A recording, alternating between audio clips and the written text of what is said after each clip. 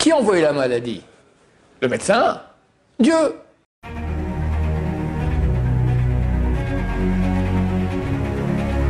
Ce jour est dédié par un généreux donateur pour la Géoula du peuple juif et le retour des otages en Israël. J'ajouterai vivants et en bonne santé, Amen. La question de Nissim. Comment équilibrer la Ishtadlout et le Bitachon. Comment équilibrer la Ishtadlout? Ishtadlout, ça va déjà expliquer. Le Bitachon, c'est avoir foi en Dieu. On sait que Dieu est le maître du monde, donc il gère tout, de A à Z. Aussi mon gagne-pain, aussi ma santé. Alors dans ce cas-là, quelqu'un pourrait dire, je vais acheter une petite parcelle de terre au bord de la plage, je vais y planter 2 palmiers, quand ils seront grands, je vais tendre un bon hamac entre les deux, je m'installe dans le hamac et que je compte sur le bon Dieu.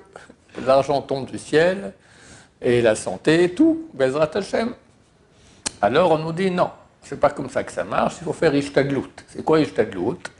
C'est faire une comédie, comme si Dieu n'est pas là, et faire un minimum de travail pour avoir de l'argent, minimum de tentatives médicales s'il y a une maladie, quelqu'un veut se marier, il doit faire quelques tentatives aussi pour se marier, etc.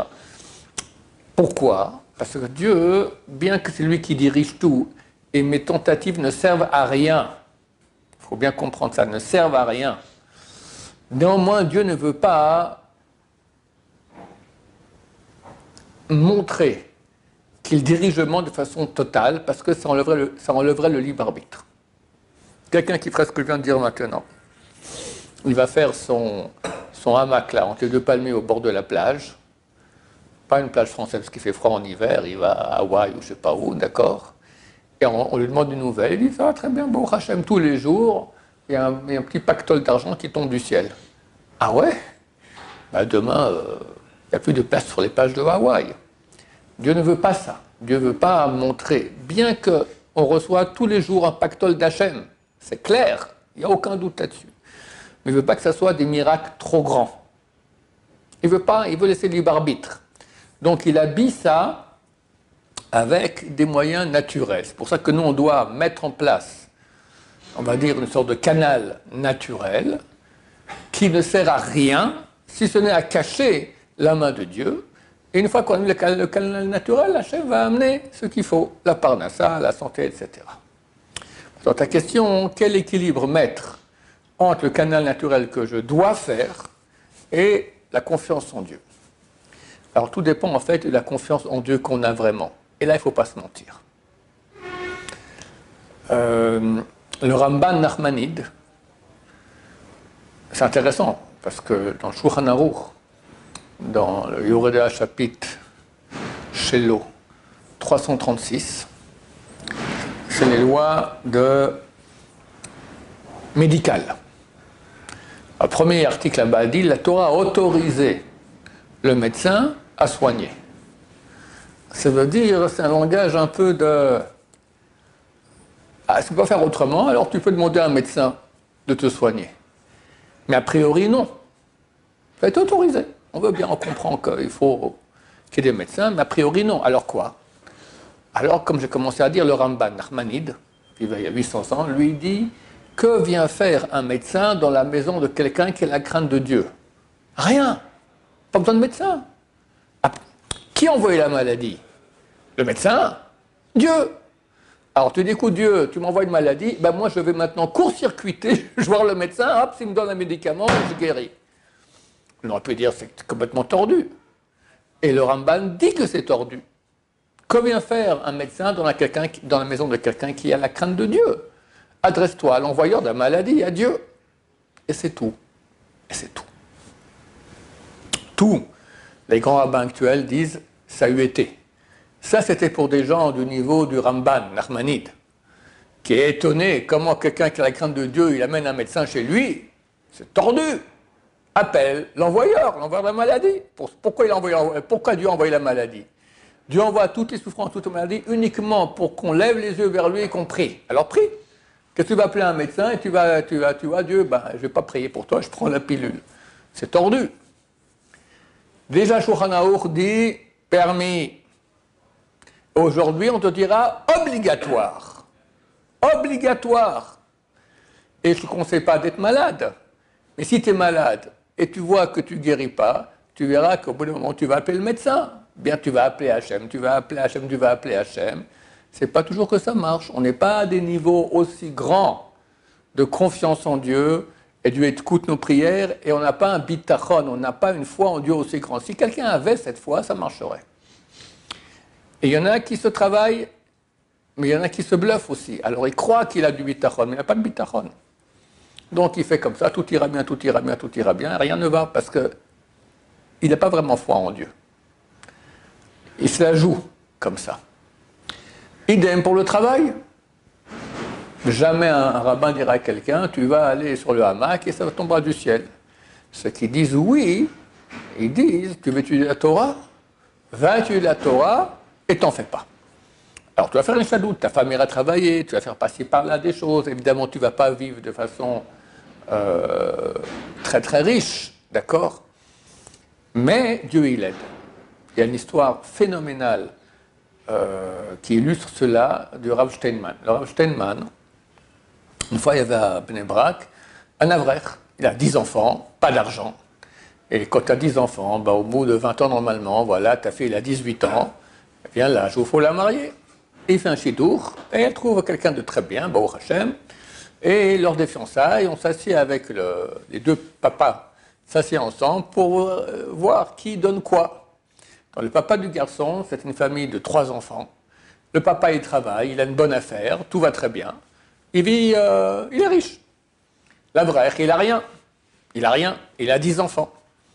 Alors l'avrech dit gentiment au papa du gars, du futur gendre, il lui dit, écoute, regarde, si tu veux, pour les dépenses, si tu veux bien pour les dépenses du mariage, c'est tout, c'est le mariage, c'est les meubles, c'est la location pendant un an, on aide un peu les nouveaux mariés, c'est beaucoup de choses, d'accord? Moi, je n'ai pas le moyen de payer. J'ai rien, j'ai fini à peine mon mois. Je ne vais pas dire que je me débine et je ne paye rien, mais si ça ne se dérange pas, on fait pas moitié-moitié. Toi, moi, je paye un quart, tu payes 3 quarts. Le riche aurait dû dire, bah oui, je te comprends, je suis d'accord. Eh ben, il dit non. Moitié-moitié, aucune raison que je paye, c'est normal, enfin, chacun paye sa partie, débrouille-toi. Mais je peux pas. Alors le riche lui a dit, est-ce que tu es prêt qu'on aille voir un grand de Torah? Il dit, oui, allons voir un grand Torah, on va voir le Rav Steinman. Le Rav Steinman, il dit moitié-moitié. L'avrech, il est interloqué. Le Rav Steinman, il sait c'est quoi la vie d'avrechim, c'est pas facile, lui-même il était avrech, d'accord? Alors, il explique, le Rav Steinman lui dit, écoute, lui, il vit dans le monde naturel. Donc, pour avoir de l'argent, il doit travailler, il a de l'argent. Toi, tu ne vis pas dans le monde naturel. Toi, tu fais partie de Ochlei Aman, des mangeurs de manne. Le peuple juif qui sort d'Égypte, 3 millions de personnes qui se baladent dans le désert, il n'y a rien. Et bien, tous les matins, il y a un petit déjeuner, dîner qui tombe du ciel. D'accord? Tous les matins. Et Dieu ordonne à Moshe Rabbeinu de prendre un peu de cette manne, la mettre dans une petite bouteille comme ça, et la mettre dans le Saint des Saints. Et Jérémie, c'est 400, 800 ans plus tard, plus 880 ans plus tard. Jérémie a vu la destruction du premier temple. Il sort du Saint des Saints la bouteille de manne, il leur dit, regardez comment ont vécu vos ancêtres. Ne me dites pas qu'il ne faut pas étudier la Torah parce qu'il faut travailler. Regardez, c'est un problème pour Dieu d'aimer la manne. Donc Rav Steinman, il a dit, toi, tu es un mangeur de manne, donc tu ne vis pas dans un système naturel.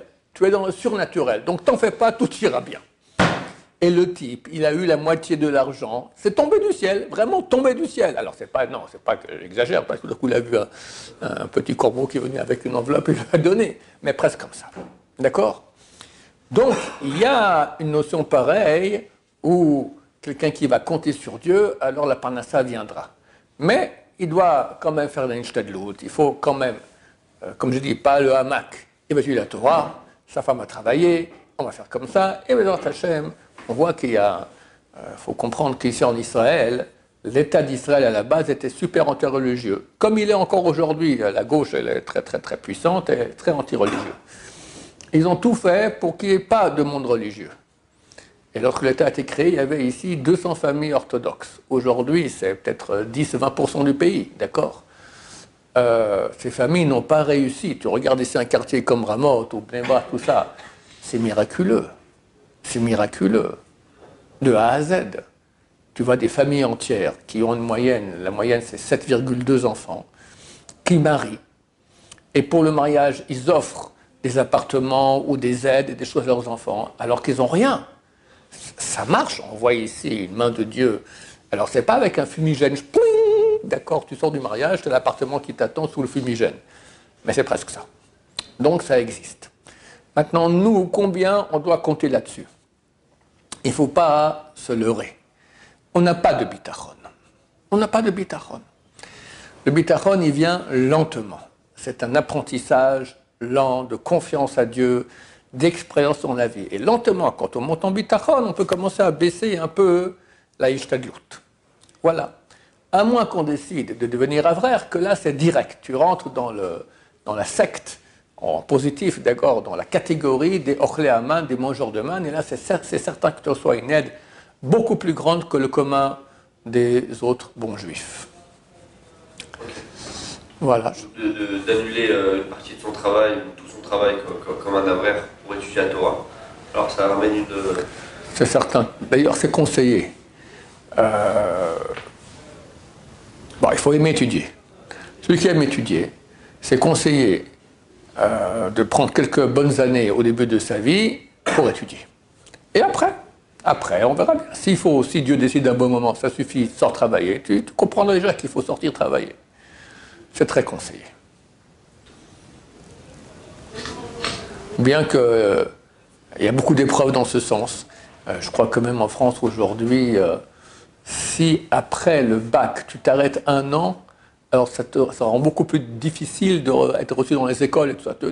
Alors que nous, on dit à quelqu'un, voilà, tu as fait déjà 12 ans pour le bac, esclavage, après tu rentres encore pour 50 ans d'esclavage pour faire de l'argent toute ta vie, prends un peu de vacances, une année sabbatique, ça se fait. Non, d'accord, ils veulent pas que les gens s'arrêtent pour réfléchir au pourquoi de la vie.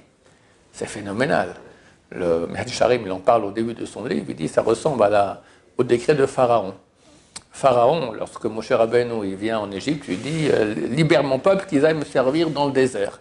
Réaction de Pharaon, rajouter plus de travail. Jusqu'à maintenant, ils recevaient la paille, maintenant, eux-mêmes, ils iront chercher la paille pour la même quantité de briques qu'ils devront fournir tous les jours. Et qu'ils arrêtent de penser à des paroles mensongères. Comme ça dit Pharaon. Rachid dit des paroles de spiritualité. Parce que pour Pharaon, time is money. Il faut être productif, faire de l'argent. Faire de l'argent. Ça, c'est Pharaon. Mais nous, c'est pas ça. Nous, on n'est pas venus sur Terre pour faire de l'argent, on est venus sur Terre pour se rapprocher de Dieu. Alors, il y a une malédiction. Le premier homme, il a été maudit, qu'il faut travailler, ok, mais ça reste une malédiction, ce n'est pas le but de la vie. Malédiction! Alors, pour eux, donc, ça signifie des paroles mensonges. Tout ce qui est spiritualité, c'est Je me souviens comme moi, j'ai fait le bac, après je suis venu en Israël, d'accord. Et avant de rentrer à l'armée, j'avais 1 an ici, et j'ai fait un peu d'études de philo. J'ai fait un peu d'études de judaïsme et un peu de philo à la fac. Ben, ma famille israélienne ne comprenait pas. Ça amène quoi? Ça amène quoi la philo? Le judaïsme que tu fais, d'accord? Il faut être productif, il faut de l'argent. Ils ne comprenaient pas. Bon, ça fait un rabbin pour finir. Qui ne voulait pas du tout être rabbin. Moi, dans mes pires cauchemars, j'ai jamais voulu être rabbin, d'accord? Moi, je veux étudier la Torah, connaître Hachem. Bon, ça a fait que. Mais il faut comprendre que dans l'esprit de la majorité des êtres humains, réussir sa vie, c'est être un âne de travail, un âne serviteur de l'argent toute sa vie. Et ça, c'est contraire à la Torah. Au contraire, si quelqu'un peut maintenant se dégager de cette idée mensongère qui dirige le monde et s'adonner à la spiritualité, Dieu l'aidera, c'est clair. Combien? Ok, on verra. Un beau jour, c'est que Dieu lui dit, ok, ça suffit. Maintenant, tu sors travailler un mi-temps, un tiers de temps, je sais pas. Oui. Mais la du coup, elle ne change pas le mazal de la personne? Et Shadou, c'est notre obligation qu'on a à comprendre que Dieu ne veut pas faire des miracles ostensibles, donc à faire une comédie. On va faire la comédie en tant que comédie, froidement, comme dit Chazonish. Dans la prière, il faut être très chaud, très enthousiaste. La comédie, le faire froidement. Et c'est très difficile. Quelqu'un fait de l'argent, il a l'impression qu'il fait de l'argent. Moi, d'accord? C'est pas du tout comme ça. Ça reste une comédie. Froidement, tu fais ce qu'il faut parce qu'il faut le faire. Combien? Alors, si tu ne rentres pas dans la catégorie de ceux qui étudient la Torah toute la journée, il faut commencer par faire une ishtadlut, tentative normale. Ce qu'un type normal fait comme travail. J'ai vu par exemple, et il y a des gens qui, par exemple, c'est un exemple pour essayer de comprendre. Des gens qui ne prennent pas, par exemple, Transavia pour voyager, et ils prennent Elal, parce qu'ils disent que Elal, il y a des systèmes de sécurité pour les missiles. Ouais. Ça protège plus. Ouais. Ça, est-ce que prendre Elal, c'est une ishtadlut pour être en sécurité? Ou est-ce que de toutes les manières, si Hachem lui veut faire cracher l'avion A ou l'avion B, ça change rien, quoi. Ouais. Alors là, tu parles d'autre chose. Tu parles maintenant dans quelle mesure je dois prendre des mesures de sécurité pour moi-même dans la vie. Le Talmud, il en parle, d'accord? Il dit, ça dépend si Hezeka Shachiyach, si le danger, il est fréquent. Bon, entre nous, les avions de ligne, qu'un missile les touche, jamais arrivé dans l'histoire. Je ne dis pas c'est impossible, mais c'est une chance sur des millions. Donc, d'après la Torah, ce n'est pas à prendre en considération. On prend en considération un danger s'il est fréquent. Voilà, la Gemara, elle parle, par exemple, voilà, les élèves qui quittaient leur maison, venaient étudier tous les jours, ils devaient passer par le désert, je ne sais pas quoi, pour aller chez eux après. Alors, pour aller, celui que c'est une mitzvah, ça allait. Pour le retour, il y avait une question qui se passe. Alors, le Rav, il a tranché comme ça dépend s'il y a Ezek ou pas, s'il y a un danger ou pas un danger qui est fréquent. On voit que lorsque la Gemara donne cet exemple-là, que lorsque on a lu cette Haftara ce Shabbat, Shaoul, il aurait dû tuer tous les Amalécites, il n'a pas tué tout le monde. Donc Dieu décide de retirer des mains de Shaoul, il lui dit comme ça par l'entremise du prophète, le prophète Élie, non, le prophète Shmuel, qui lui dit que Dieu a décidé de te retirer la royauté, elle donnera quelqu'un qui la mérite plus que toi. Donc maintenant, Shaoul, il est sur ses gardes, il sait que quelqu'un va le remplacer. Et Dieu dit à Shmuel, va dans la maison de Ishaï, le père de David, je veux sacrer un de ses enfants roi d'Israël. Alors Shmuel, il dit à Dieu, ouais, mais si maintenant je vais là-bas, Shaoul sera au courant, il me tue. Alors Dieu lui dit, ok, alors tu prétends que tu vas amener un sacrifice dans la maison de Ishaï que tu veux faire avec lui et sa famille. Donc Dieu lui dit de ne pas dire la vérité. Dieu lui dit même lui-même donc de camoufler. Pourquoi? Parce que la Gemara dit, alors je ne comprends pas, il va faire une mitzvah, Dieu est là, c'est Dieu qui lui a dit, qu'il le protège. Non. Vu qu'il s'est Ezek Shachiach, vu que Shaoul maintenant il est vraiment sur ses gardes et ça peut être dangereux, alors il ne faut pas prendre de risques. Et là, il faut faire la ishtadlut, prendre les mesures de sécurité nécessaires. Ok. Des questions encore là-dessus? Oui. Si quelqu'un travaille, il a un bon travail, il gagne pas mal d'argent, et là il se dit, ok, moi je peux faire Avrer. Normalement, on va observer qu'il va gagner moins d'argent. Certainement. Certainement? Ouais. Il a fait sa ishtadlut. Oui, il a fait, regarde, quelqu'un, je ne connais pas les prix, mais quelqu'un qui gagne bien sa vie, d'accord? Décide d'arrêter de travailler et être Avrer. C'est pas normal qu'il continue à bien gagner sa vie. Ça ressemble vraiment à l'exemple que j'ai donné, le hamac au bord de la plage. Les gens vont dire, c'est fantastique. Moi, je fais la même chose aussi. Je travaille 2-3 ans à faire de l'argent, puis après, bon, c'est un rêve, parce que les gens font pas tellement d'argent, d'accord? Admettons que ça marche, il arrête, il n'aura pas la même paye. C'est clair. C'est logique, ça serait trop beau, on va dire. Ok. Ce qui est important, c'est mettre au parfum sa femme avant le mariage. Parce qu'une femme se marie avec quelqu'un qui travaille, et puis elle imagine combien il va gagner par mois, il gagne cette somme, elle s'est mariée dans ces conditions-là. Toi, tu dis, bon, ma chère femme, maintenant, je deviens un vrai. D'accord, c'est fini. C'est plus la même chose. C'est pas les robes, c'est pas les bijoux, c'est pas la même nourriture, c'est pas les mêmes bouteilles de vin, c'est toute autre chose, d'accord? Elle n'est pas prête, c'est marqué que la femme, elle monte avec la mire, mais elle ne descend pas. Quand tu te maries, tu regardes une femme, quel est son standing, tu es obligé de lui donner le même standing auquel elle est habituée, À moins que tu lui aies dit avant le mariage, je veux être avrer, et c'est dans ces conditions que tu te maries avec moi. Elle dit, oui, c'est bon. Il y en a comme ça, Baruch Hashem. Sinon, tu es obligé de lui donner, c'est marqué qu'elle monte avec le mari, mais elle ne descend pas. Donc, il faut la mettre au courant. Tu ne peux pas décider un beau jour, je deviens avrer, et la mettre dans la mouise. Tu ne peux pas lui dire, travaille ton bitachon. Tu peux lui dire ça avant le mariage. Avant le mariage, il n'y a pas de problème. Mais après le mariage, c'est trop tard. Ok, de toute façon, je ne peux pas m'empêcher de vous dire que très bientôt, tout est fini. Et tous les avrechim, il y aura une limousine qui les amènera au collège étudier avec des motards devant et des motards derrière. Et tout ira bien pour eux. Baruch Adonai, l'olam, amen ve amen.